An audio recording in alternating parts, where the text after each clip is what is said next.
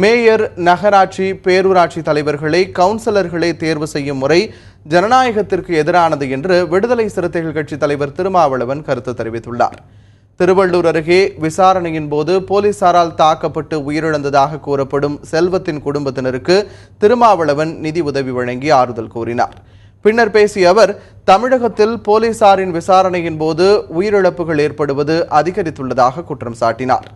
நகராட்சி, பேரூராட்சி தலைவர் மற்றும் மேயரை உறுப்பினர்களை தேர்வு செய்யும் முறை குதிரை பேரத்திற்கு வழிவகுக்கும் என்றும் திருமாவளவன் கூறினார்.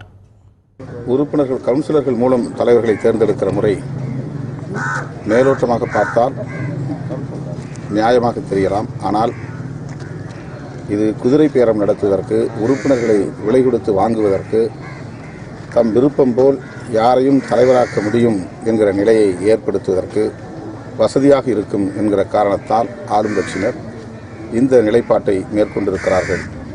எனவே இது ஜனநாயகத்திற்கு எதிரான ஒரு நடைமுறை.